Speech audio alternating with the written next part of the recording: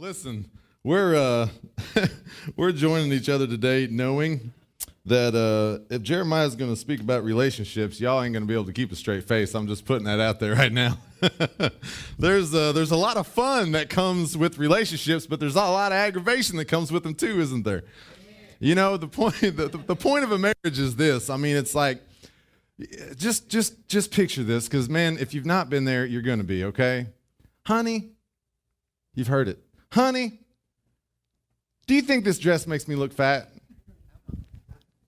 Now, guys, if you have just long enough to put down your bowl of popcorn and turn the TV off just for a second, pay attention to what you have just been asked. Yeah, baby, it does. You're good. You're good.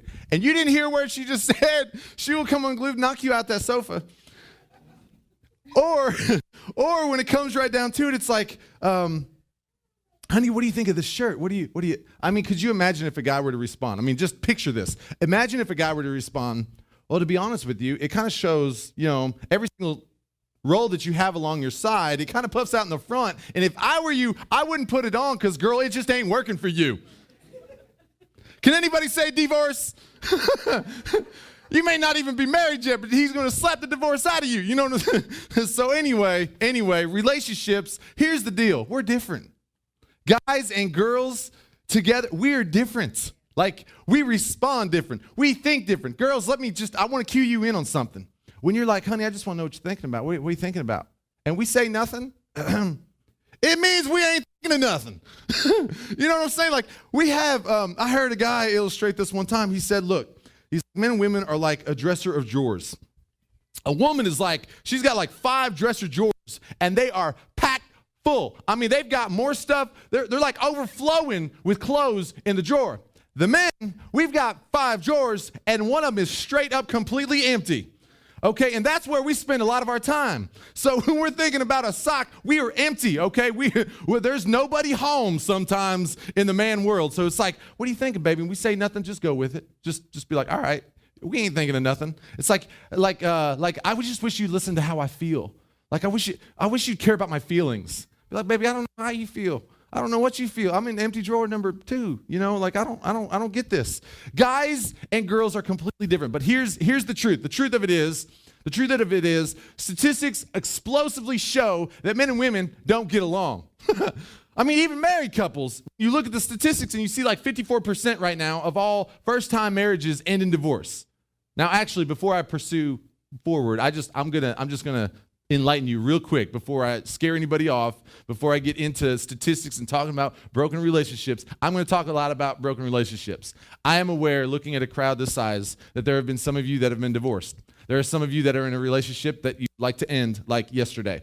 There are some of you that are in here that are happy-go-lucky, and we hate you. There are other ones, no, I'm just kidding. I'm totally teasing. But there are others of you that are dating and in relationships that you're just unsure of. There are others of you that just rushed right into the relationship that you're in now, and if you could get out, you would, but you just can't, so you got to keep on trucking anyway, and you're trying to figure out how to survive and that kind of thing. There are some of y'all that are in a relationship that you should have never been in to begin with. There are some of you that are searching for relationships constantly, and they constantly end up not so good. So you're constantly seeking, you're constantly pursuing, you're constantly plugging away, but for some reason it just doesn't seem to work out for you. There's some of you that I'm just going to say, you absolutely suck at relationships. You couldn't keep one if your life depended on it. Now, I'm saying that in an open forum, and I'm not pointing anybody out so nobody can hit me with anything. But the bottom line is there is a lot of havoc and there is a lot of junk in the trunk when it comes to relationships that we have with people. Can I just help you out with why? Because we are a jacked up, sinful people.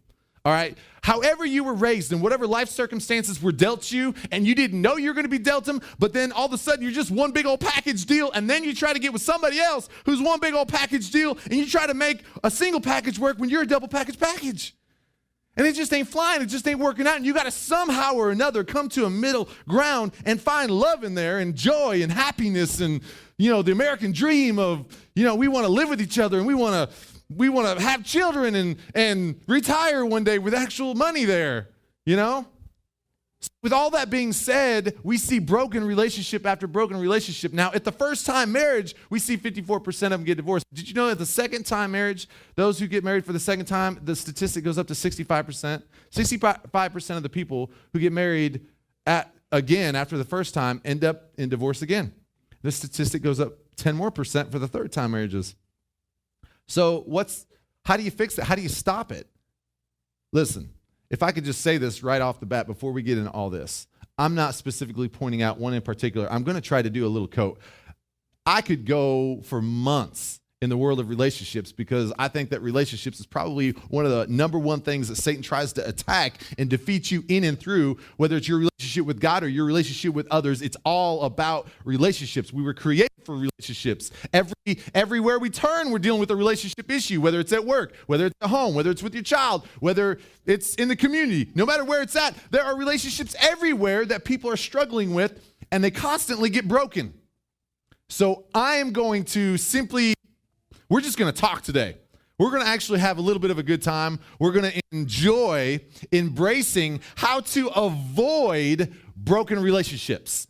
I call this the 7 C's of avoiding broken relationships. I want to give you a little bit of intro and why I'm so passionate about the area of relationships. So first off, when I was a young boy, my parents, after 20 plus years of ministry and of loving and of living and of children, I'm the youngest of 5. I don't see that you can see a spoiled bone in my body, but I'm told that I have some. But with all that being said, like my family was kind of like the picture perfect model. It seemed like it should have worked out. But for some weird reason, when I was about 8 years old, I got to go into a kitchen and have a conversation with my other sister, my mom's and my dad's, and we sat there and had that conversation of, hey, Daddy's not going to be living at home anymore. And as an 8-year-old boy, I was devastated. I took the fault on myself. I was rocked. I was moved. I was thrown. And then I even became a tug-of-war match between their battle. So I don't think that they were thinking of all that before they got into it, or before they moved forward and saw the lifelong impact that it would have on the rest of the family and then on the next generation, then the grandchildren generation, and it's impacted a lot of people. We sometimes don't count the cost. I think a lot of times, I'll just move on. So for me, as a small boy dealing with this, I dealt with traveling back and forth and the hang-ups. Well, I also had a lot of family members that were getting divorced, so I was seeing it everywhere. Most of my friends had a divorced parent, and divorce is very common. It is very, very common. And you know what's crazy is I'm going to talk about this a little bit later, but if you go back in the day, like now, divorce and broken relationships, it's a common thing. It's just something that you get by. There's probably more written books and movies and series on broken relationships and what not to do than there is on any other writing out there. So here's the deal. How in the world, knowing that broken relationship seems inevitable according to statistics and stuff like that, are we not addressing it? Like, here's the deal. We're learning all kind of subjects in school, but we're not learning how to maintain relationships or families in school, are we? We're learning about all this stuff and getting an education, but we're not getting any education on how to handle relationships and marriage and love and commitment and sacrifice, and we're just not doing that. And what's interesting is sometimes, maybe once a year like this, we'll hear a message from a pulpit of a church around Valentine's Day about relationships, or maybe even handle a series, but are we really focusing that much on it? In reality, relationships is everything that we're about, and if we don't know how to handle relationships, how in the world are we going to handle life? I don't want to see a show of hands, but how many of y'all are sick and tired of being sick and tired of people dealing with broken relationships just over and over and over and over and over? As a matter of fact, let me do a little ratio here. Within your family, and I'm not talking about just your immediate family, but like brothers or sisters or moms or dads, how many of you all are a product of or are involved in a family where there is somebody divorced in your family? Put your hand up. Almost everybody. Okay. Almost everybody in here. So one way or another, you have been impacted. There's no other greater impact on a person's life outside of sports than there is broken relationships. It's crazy. It's unbelievable. So today, this is what we're gonna do. We're gonna have a little bit of fun with this. I'm sensitive. Not really. I can't lie to you. I want to be, listen to me. I want to be sensitive to the person who's sitting here who is dealing with a broken relationship after broken relationship. I want to be sensitive to the person who's gone through the divorce. Now they're trying to get on the right road and they don't want it to happen again. I want to be sensitive to the person who is really desiring to have a relationship with God and do the right thing, but they don't know what that right thing is. So I'm not going to this is like the magic sermon that's going to fix your situations, but I can give you some pretty good tips on how to avoid a broken heart. Over 30 plus times, just in the New Testament alone, God uses this little statement in the scripture. It says, guard your heart. Guarding your heart is absolutely important, because if we make our hearts vulnerable, then we're making ourselves vulnerable to a broken heart. Listen, when you use words like joy, happiness, unity, bonding, trust, honesty, love, sex, embracing, hugs, kisses, all of these things are positive words, and at the very, very beginning, that's exactly what God had intended. When you start using words like hatred and distrust, dissatisfying, selfish, needy, you use all of those negative connotation words and just make a huge list of them on a board. God never intended any of that for relationships. So if you're embracing and you're experiencing that over and over and over and over, there's something going on. There's something that is broken. There's something that is not right. There's something not God-honoring. And you've really got to take a step back and figure out what it is God had desired in relationships to begin with. So I'm going to give you the 7 C's. We're going to start right at the beginning. I think you're going to enjoy this. This is going to be pretty good. The very first C is Christ. Now, if you have anything to write on or anything like that, you might want to get it. If not, later on, you can listen to the sermon and take notes down the road a little bit. But the 7 C's are pretty awesome. Having Christ in your life. Let me read something to you. Matthew 6:33 says, "But seek first his kingdom and his righteousness, and all these things will be added unto you." In the area of relationships, especially in dating, guys and gals, you have a tendency to look for what's hot and ready to get it on like right now, and you can't hardly control yourself. You're just ready to bust loose in hormonal go-go. Okay? That's not what we have to do. We have to see God out first. We have to figure out, listen, he is the master and creator of relationships. I'm pretty sure he has a master plan and how relationships ought to be done. And if we figure out what that is first before we pursue relationships, I have a pretty good feeling that we'll avoid a lot of brokenheartedness.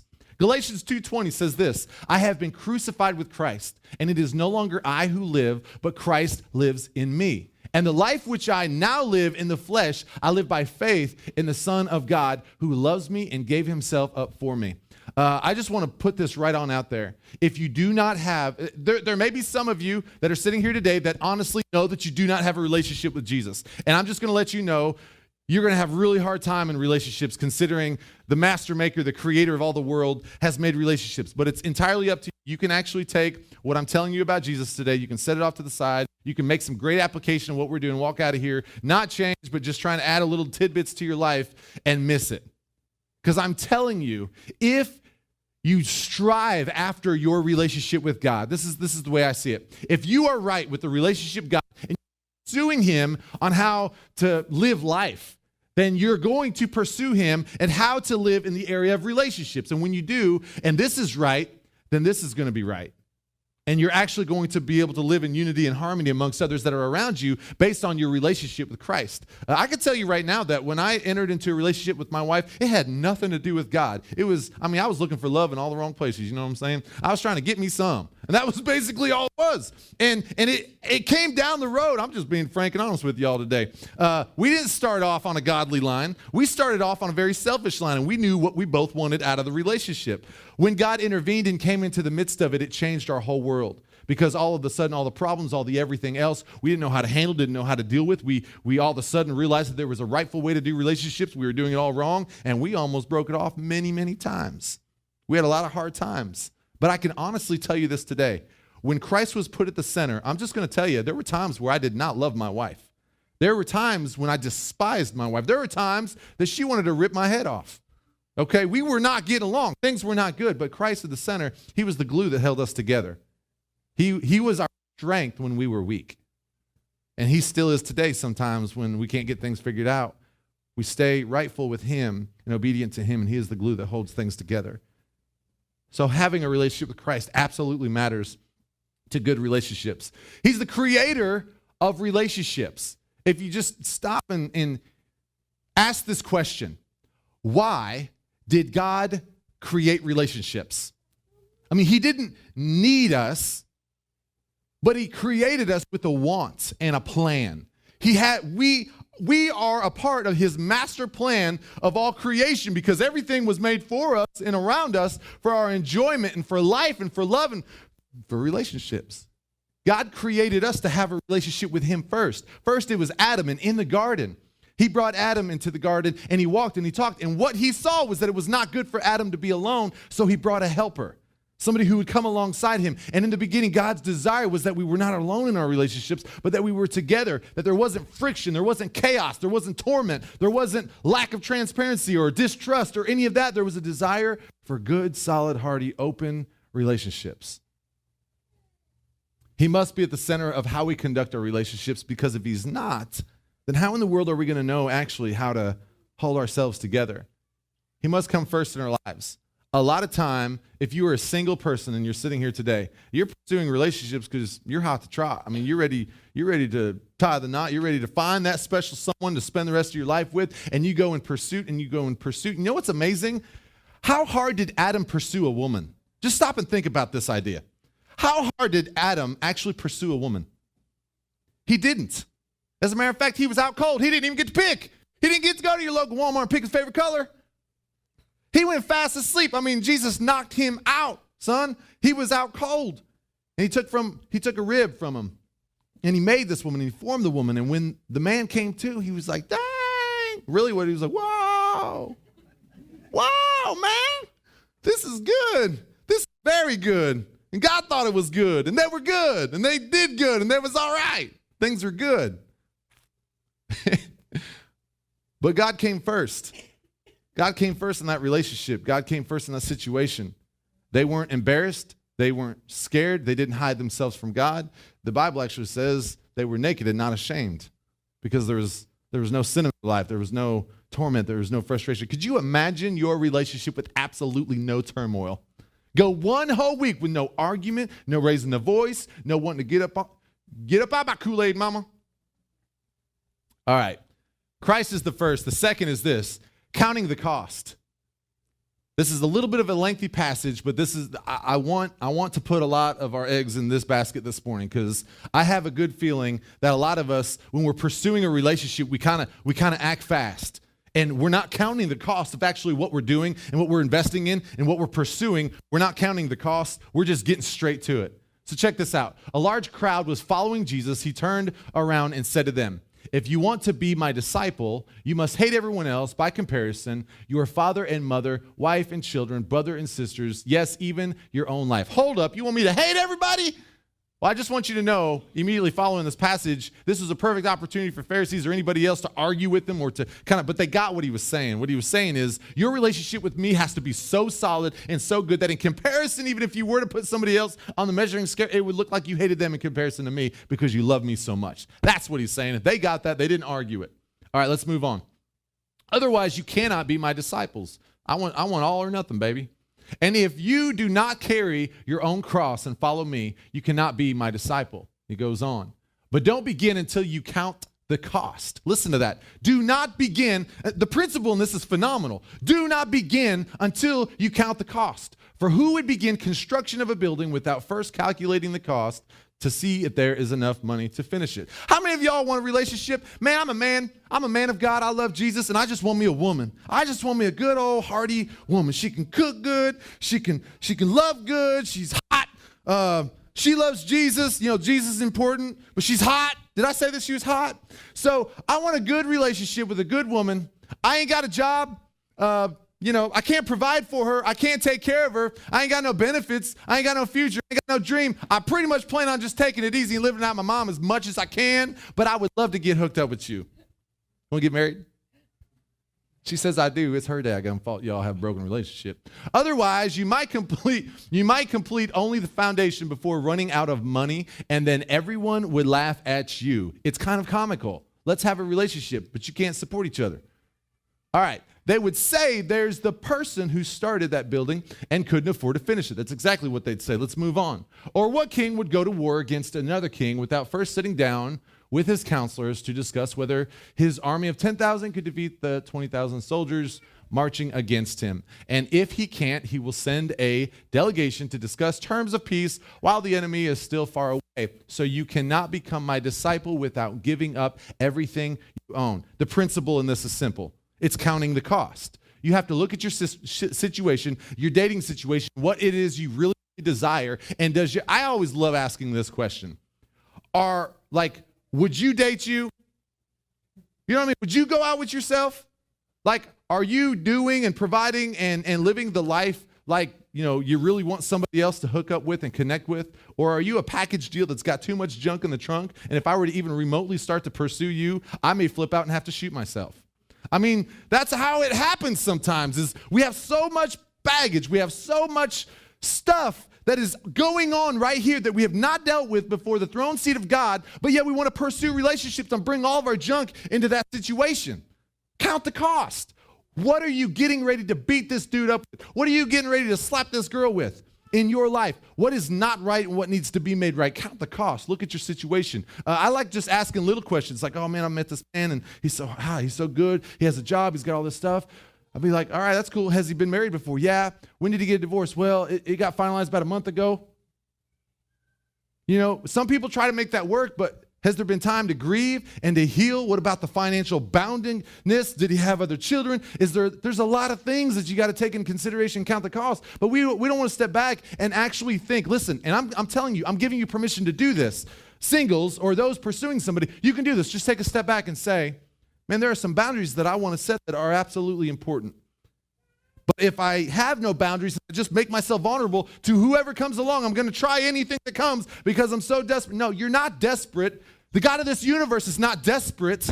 The God of this universe is not desperate. He loves you. He has a plan for you. Step back and ask him what that is. And then search the word out for what it is and count the cost before you just allow yourself to be open and vulnerable to a broken heart after broken heart after broken heart. Because God wants to do something phenomenal in your life with relationships. Now, married couple, I just want to turn the page. I may be getting ahead of myself, but I'm just going to keep trucking. Married couples, I just want to turn the page and I want to talk to you for a second. Count the cost. I mean, if you're fighting about something over and over and over and over and you're not figuring out, bring somebody in to help you. Do whatever it takes. If there's children involved, if there's finances involved, if there's whatever the case may be, where there's a will, there's a way, okay? It's crazy that so often we take 30 minutes to say I do, and then you spend the rest of the 30 years of your life trying to figure out what you did. You know what I'm saying? Like 30 minutes to say I do, and I'm going to commit, and we're in, and then life happens. Honeymoon season is over, and holy joke fire, this is not at all what I thought it was. But you never had a plan to begin with. You really didn't know where you were going to end up or what you desired and pursue. And marriage relationships can be 500 times better than if the man and the woman would realize that it is work, it is hard work, but with a little bit of investment. Wow. Marriage was made by God. His hands orchestrated marriage. It's one of the most phenomenal things I think he ever created. But if it's done outside of his will, it just leads to a broken heart. So the marriage relationship, think about who it impacts positively and who it impacts negatively. Think about how it impacts you and how it impacts others around you. Like, stop and think about your children. And I mean, I have conversation a lot with my mom and dad, and we always revert back to that because that was a pivotal point in my life when they divorced. And it devastated me as a child, and I didn't even realize that until I got a little bit older. But looking back on it, it really shaped a lot of who I was. It shaped my difficulty with wanting to commit in a relationship based on seeing that and it being modeled for me before. It affected family members. It affected other people in the church. I mean, I'm just going to paint this picture. I know this sounds terrible, but just stop and think about this. Stop and think about a guy like myself. I mean, I want you to know that this happens a lot. Ministers are attacked in the area of their relationship more than what people even realize. And then they're like made fun of and they're talked about, but nobody was trying to plug into their life to see how their marriage was even doing to begin with. Pastor life can be a little bit lonely. Could you imagine if you were to show up in a week or two and somebody were to stand up in front of you and to tell you that Jeremiah and his wife Dottie got in such a big fight that they actually separated, that Jeremiah has flown the coop and he's out of here, he no longer lives here, and Dottie's trying to make way for the girls. I mean, y'all would think, man, that Jeremiah's a big piece of crap. That's immediately. Like it just, immediately, this dude is a failure. He's horrible. Everything in his entire life that he's strived to do and to do right, but this one thing would eliminate everything else on his plate, and it would demolish you.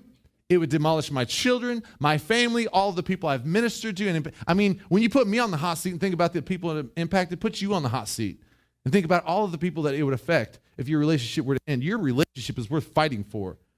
Shoot. Jesus said your relationship with him was worth dying for. And boys, if we're supposed to love the woman like Christ loved the church, it's sacrificial and it's unconditional. Women, if you're supposed to be subjective and respectful to your husbands, it's unconditional, regardless of where they're at. Is it really worth it? Do I really want to cut this thing off? Do I really want to move on? Do I really want to end it? Count the cost. Think about how it affects you. Dating relationships, all right, we're going to have some fun here. Boundaries matter. Could you imagine playing a football game where you could actually go up in the stands to do handoffs and run and do laterals and like there was no boundaries? No boundaries on a football field. First off, they get wore out fast, wouldn't they? I mean, they would get wore out fast because, I mean, there's already a 100-yard football field that just about kills them to run across, especially if you're a lineman, right? So anyway, like, imagine no boundaries, maybe even no rules. Holy joke, I can punch the quarterback in the face when I go to tackle him. I can rip his helmet off and give it. I mean, you could think of 50 things you could do if there was no rules, no boundaries. Women, oh my goodness. Men. When you are dating and you are pursuing, you need to know ahead of time before you enter into a relationship with anybody what your boundaries are. I am not doing that with you because I desire to have a long-term relationship, one that I want to last. And if you bring more baggage into my stuff, I ain't going to be able to control myself with anybody else. Stop reckoning. Like most people, I don't want to get ahead of myself. Look at what you're getting yourself into. Just stop and ask the question. I mean, here's the world of courtship just seems to be skipped. Like, girls, guys, did you know that you can actually get to know the person before you make out with them and just give it all to them? I mean, you can. You can actually get to know them. You may not even like the dude you're getting ready to sleep with. You know what I mean? I mean, you may not even like this guy. I mean, he may be a jerk from way back, and he is doing everything to woo you to get to that point, and then he's going to move on from you. Ladies, you may have this big desire for something, but the problem is that because you have no boundaries to get there, you're willing to just try anything out so that you can get there quick. It's like the, get a relationship quick scheme. Like it just doesn't work. It's the same thing with money. You just go broke or get broke. Having boundaries is absolutely essential in a marriage, or it's in a marriage, but also pursuing a marriage. Having boundaries matters, not giving into that. I mean, listen, how you value you is how somebody else is going to value you. And I'm telling you that you are God's prized possession. He loves you. He loves who you are, and you should be all his first and foremost. And you set boundaries, and don't be afraid to put those standards out there. Yeah, you got to have a job. No, you can't live with your mom. Yeah, you have to provide for me. I know that if I'm going to be, listen, I'm just going to tell you from a father's perspective. That conversation I'm going to have with my future dipstick-in-law, we're going to sit down and we're going to talk with a gun. And while we're having this conversation, Holly's over there rolling her eyes. As we're having this conversation, there's going to be a few things that I have in store for this guy, and this better be long before they've been making out. All right? Part of my conversation is going to be, what are your intentions with my daughter? What are your intentions with my daughter? I may even ask him, you plan on getting in her pants before it's over? Stop and think about it. Just stop and think about what are your intentions with the dating relationship. Listen, I just want to help you. If you really want a long-term relationship, stop giving yourself up to every person you're getting with, because that ain't getting you nothing, nowhere, anytime soon or quick. Am I being a little blatant here? Just a little, yeah. The point of a relationship, I just want to paint this right now. The point of a relationship, I love that God gave me the relationship with my wife, watch this, to reveal how my relationship is with God. If me and my wife are not getting along, there's something wrong with me and God. If my wife is not getting along with me or something's rubbing her wrong, there is something wrong in her relationship with God. God gave us relationships to reveal how we are with him. Men and women who are dating and pursuing something else, check this out. If you're doing things in all the wrong ways and things keep on ending up broke, it is revealing to you how your relationship is with God. Is it broken? That's a great question.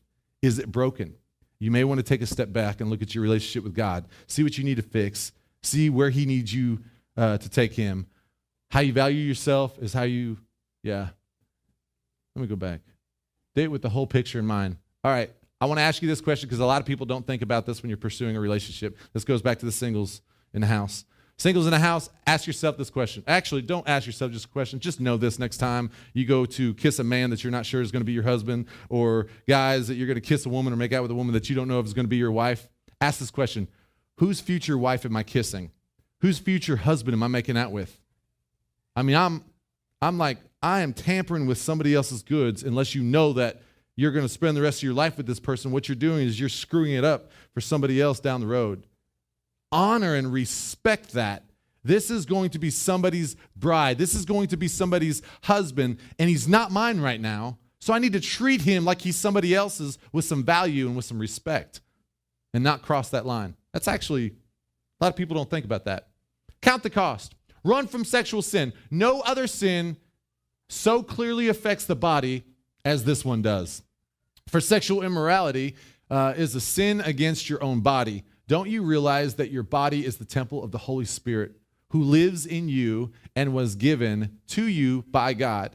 You do not belong to yourself, for God bought you with a high price. So you must honor God with your body. It's so amazing that people want to look over this. It's written right there. It's pretty sweet and simple. God orchestrated sex, which is a beautiful thing within the world of marriage. If you incorporate that in your relationship beforehand, just count on a broken heart.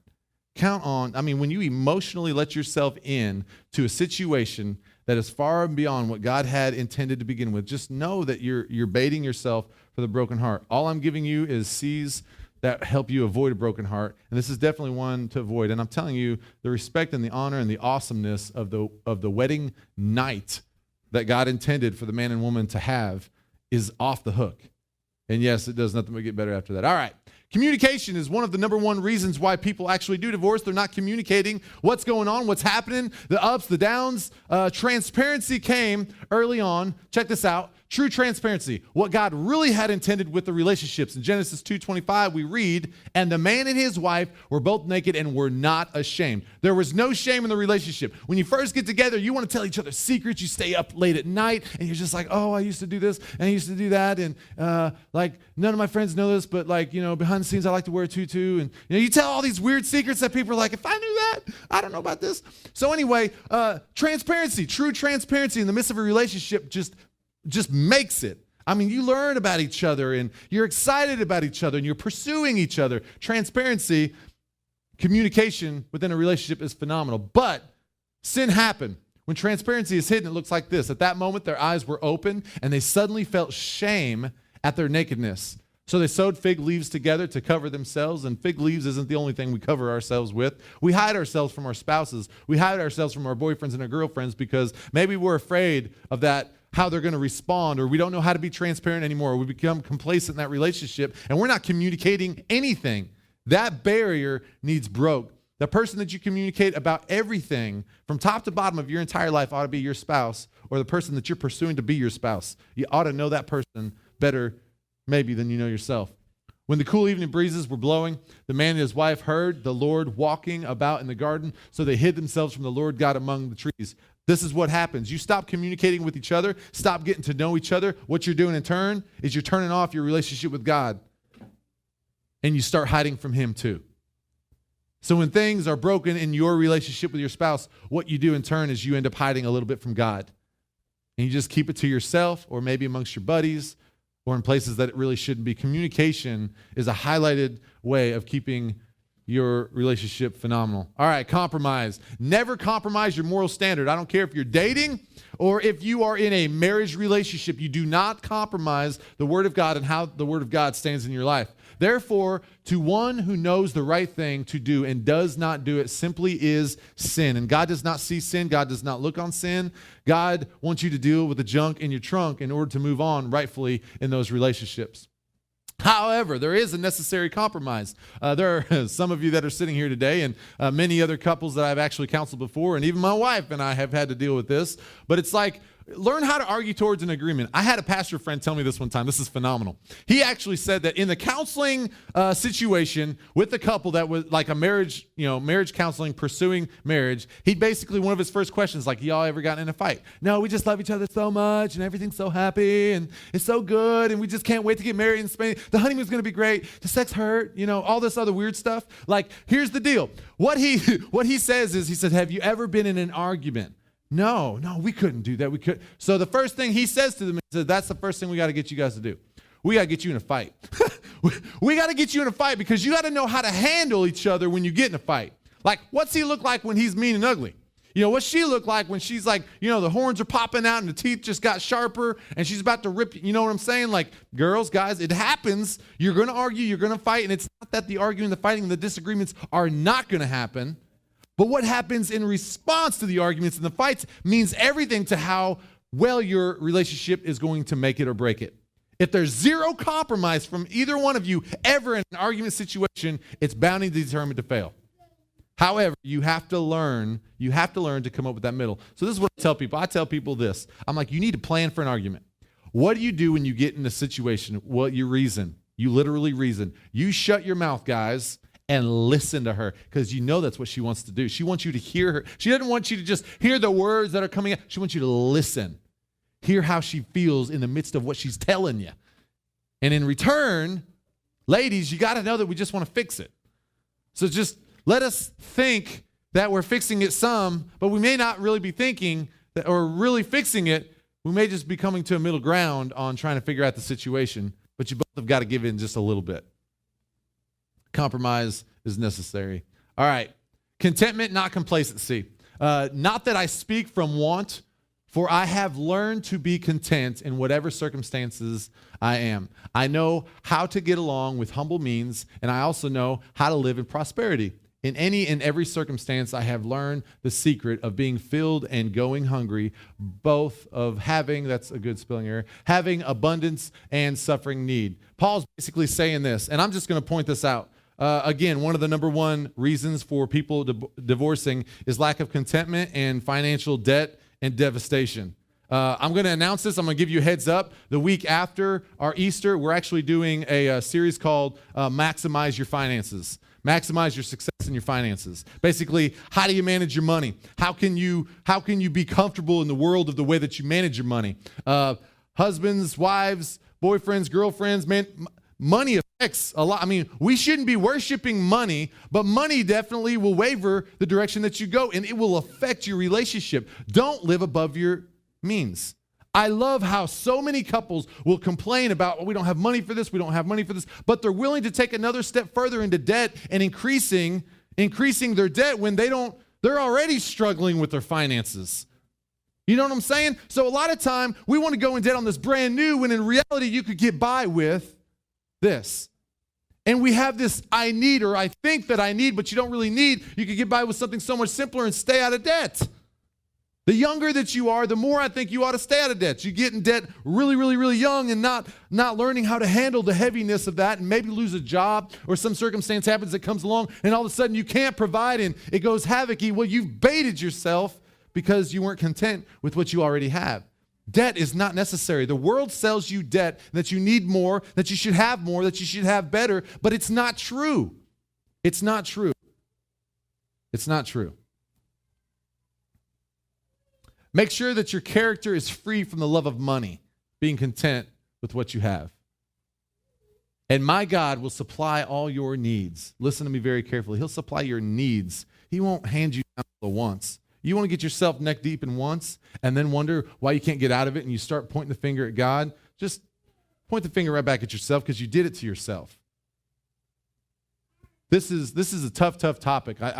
I've heard so many people that don't have a budget, they don't have a plan, they have no idea what they're doing with their money, where it's going and how it's going. They're not making enough to get by with because they've set themselves too high on a bar that they really shouldn't be living in to begin with. Listen, guys and girls, it goes back to communication. You got to sit down, and especially before you get married, you got to decide, hey, what kind of money are you bringing in? How are we going to manage this? Are we doing it together, or do you have yours and I have mine, and it's not unified?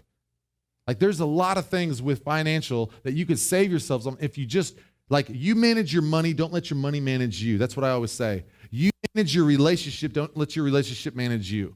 You got to get a handle on it. You got to get educated on it. You got to figure out what you're doing. If you need help with that, talk to me, because a huge part of my life was devastated by financial need in this world. Commitment. Ephesians 5:31, we're about to wrap it up. As the scripture says, a man leaves his father and mother and is joined to his wife, and the two are united into one. This is a great mystery, but it is an illustration of the way Christ and the church are one. Our relationships are in a direct reflection and an illustration of what Christ is with the church. So again, I say, each man must love his wife as he loves himself, and the wife must respect her husband. Back in the day, we hear of our grandparents having 50-year, 60-year wedding, anniversaries, and it's phenomenal. How many of our generation or the generation under us are going to be having those 40, 50, 60-year deals? Lack of commitment. The world says when the new phone comes in, get the new phone. The car's got too many miles on it. It's time to turn it in, get another one. My house, I've lived in it for 5 years. I'm ready to build my own. Man, we can do that, but our lives and our relationships, they can be constantly renovated. It just takes work, some elbow grease, and some good old-fashioned sacrificial love and commitment. Commitment. When you commit in that first 30 minutes, you commit for the rest of your life, and never let giving up be an option in your marriage.